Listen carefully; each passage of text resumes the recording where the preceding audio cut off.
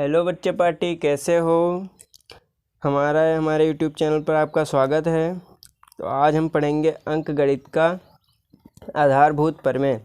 तो देखेंगे कि अंक गणित का आधारभूत प्रमेय किसे कहते हैं। प्रत्येक भाज्य संख्या को अभाज्य संख्या के गुणनफल के रूप में व्यक्त या गुणनखंडित किया जा सकता है तथा गुणनखंड अभाज्य गुणनखंडों के आने वाले क्रम के बिना अद्वितीय होता है।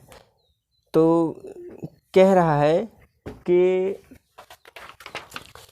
प्रत्येक भाज्य संख्या को प्रत्येक भाज्य संख्या को हम अभाज्य संख्याओं के गुणनफल के रूप में व्यक्त कर सकते हैं, लिख सकते हैं। तो अभाज्य संख्या मान लीजिए 42 ले लिए, ठीक, 42 ले लिए। अब कह रहा है प्रत्येक भाज्य संख्या को अभाज्य संख्या के रूप में लिख सकते हैं। तो हम क्या करेंगे, इसके 42 को हम पहले अभाज्य संख्या के रूप में तोड़ेंगे। तो 2 गुणे 21 है ना, 2 गुणे 21। अब 21 का क्या हो जाएगा, 21 को हम तोड़ेंगे 7 तिया 21 है ना, तो 7 गुणे 3। अब 42 हमारा भाज्य संख्या और ये सारे क्या हैं, अभाज्य संख्या है।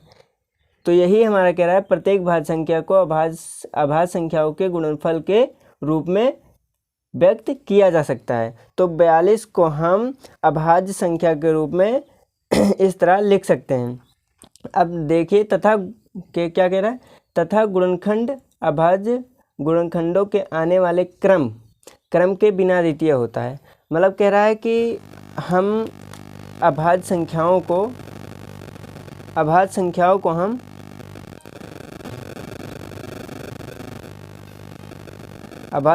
को हम 2 गुणे 3 गुणे 7 के रूप में भी लिख सकते हैं, या 3 गुणे 2 गुणे 7। हम क्रम के बिना, हम क्रम इधर चाहे इधर से स्टार्ट करें, चाहे 3 आगे कर दें, चाहे 7 आगे कर दें, इधर उधर कर सकते हैं, ठीक है। तो कह रहा है अद्वितीय होता है, यूनिक होता है।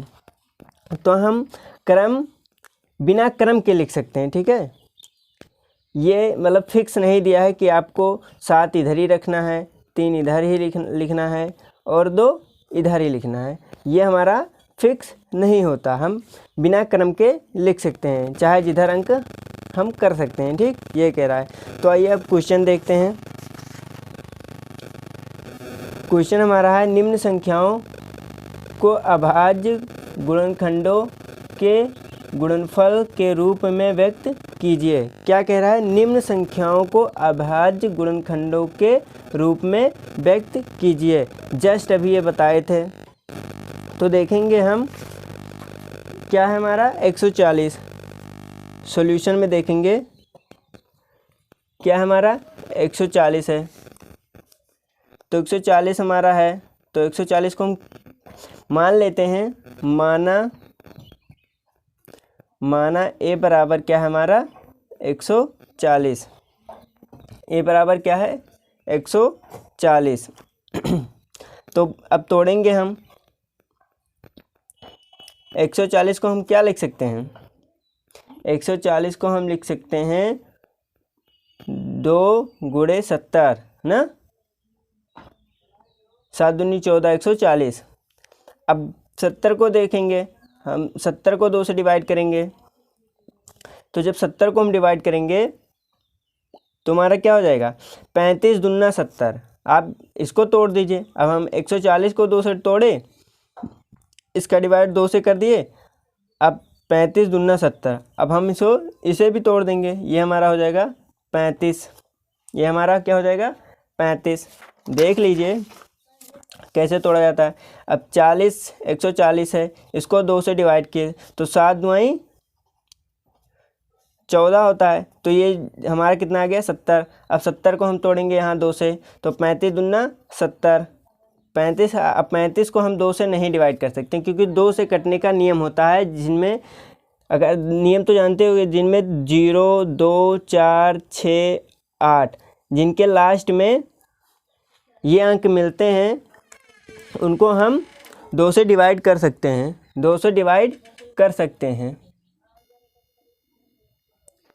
जिनके लास्ट में ये 5 संख्याएं मिलती हैं उन्हें हम 2 से काट सकते हैं, मतलब 2 से कट जाएंगे, 2 से फिक्स है, उनको डिवाइड करने पर उनका शेषफल 0 ही आएगा। ठीक, तो हम 35 को हम किस में बांट सकते हैं? 2 गुणे 7 पचे 35, कितना होता है? 7 पचे 35, तो 5 गुणे 7। अब ये हमारे क्या हैं? सारे अभाज्य संख्याएं ही हैं। क्या हैं? अभाज्य संख्याएं। अब ये बराबर हम कितना माने थे? 140, तो अब 140 बराबर 2 गुणे 2 गुणे 5 गुणे 7। आप जानते ही हैं कि ये सारी हमारी क्या हैं? अभाज्य संख्याएं हैं। क्या है? अभाज्य संख्याएं। सबसे स्मॉलेस्ट अभाज्य संख्या 2 होता है हमारा, सबसे छोटी अभाज्य संख्या 2 है हमारा। ठीक, और दूसरा सवाल देखते हैं। दूसरा सवाल है हमारा, तो अब दूसरा सवाल हम देखते हैं। दूसरा सवाल है हमारा 156। तो हम 156 मानते हैं, माना ए बराबर 156, माना ए बराबर हमारा क्या है? 156। अब इसे 156 को हमें अभाज्य गुणनखंड, मतलब इसे अभाज्य गुणनखंडों के रूप में तोड़ना है। तो हम देखेंगे ए बराबर हमारा हो जाएगा 156, तो 156 हम यहाँ लिखते हैं। ठीक है, ये 156 है, इसे हमें तोड़ना है। तो हम कैसे तोड़ेंगे देखते हैं। अब ये 156 को डिवाइड करेंगे हम किससे? बताए थे जिसके लास्ट में 0, 2, 4, 6, 8 मिलते हैं उन्हें हम 2 से डिवाइड कर सकते हैं। 2 से डिवाइड कर सकते हैं, तो 2 सत्ते 14, एक यहाँ बच गया हमारा, ये हमारा हो जाएगा 16, 2 8 16, ये हमारा कितना आ जाएगा? 2 गुणे 78। ठीक, कितना आ जाएगा हमारा? 2 गुणे 78। अब 156 को फिर से काटेंगे हम 2 से, तो ये हमारा हो जाएगा, अब 78 को फिर से 2 से काटते हैं, 2 तिहाइयाँ 6 हो जाएगा, यहाँ 1 बचा, 2 9 18, ये हमारा हो जाएगा 39। ठीक, ये हमारा क्या हो जाएगा? 39। अब 156 को फिर से काटते हैं, तो सॉरी, यह हमारा आ जाएगा 2 गुणे 39। ठीक है, अब हम जानते हैं 2 गुणे 2 गुणे, अब ये हमारा होता है क्या? 13 तियाँ 39, है ना? 39 को हम 3 गुणे 13 लिख सकते हैं। ठीक, 13 तियाँ 39। अब ये हमारा क्या है? ये सब हमारे क्या है? अभाज्य संख्याएं ही हैं। तो 156 बराबर कितना आ जाएगा? 2 गुणे 2 गुणे 3 गुणे 13, ये हमारा क्या है? अभाज्य संख्या है। क्या है? ये सब सारे क्या हैं? अभाज्य संख्या हैं, अभाज्य संख्या। ठीक, ये सब क्या है? हमारे अभाज्य संख्या ही हैं। तो तीसरा भी देख लेते हैं, बाकी ये दोनों होमवर्क रहेगा आपके लिए। ठीक, ये दोनों आपका क्या रहेगा? होमवर्क रहेगा, खुद करके देखिए। हम तीसरा भी बता दे रहे हैं। तीसरा हमारा क्या है? तीसरा हमारा है, तो सवाल नंबर अब तीसरा देखते हैं हमारा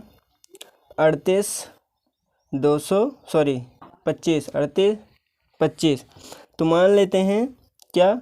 माना ए बराबर 38 25। तो हमारा 38 25 बराबर, अब इसे अभाज्य गुणनखंड के रूप में लिखना है। तो हम जानते हैं 2 0 2 4 6 मिलते हैं, जहाँ हम किससे काटते हैं? 2 से काटते हैं। 3 से काटने का नियम है हमारा, लास्ट के 2 अंक जिनका योग 3 से कट जाए उन्हें हम 3 से काट सकते हैं। 5 से कटने का नियम है कि जिनके लास्ट में 0 और 5 हो वो 5 से कटेंगे। तो इसके लास्ट में हमारा क्या है? 5। इसके लास्ट में क्या है हमारा? 5। तो ये किससे कटेगा? 5 से कटेगा। तो 5 गुणे हमारा हो जाएगा 600।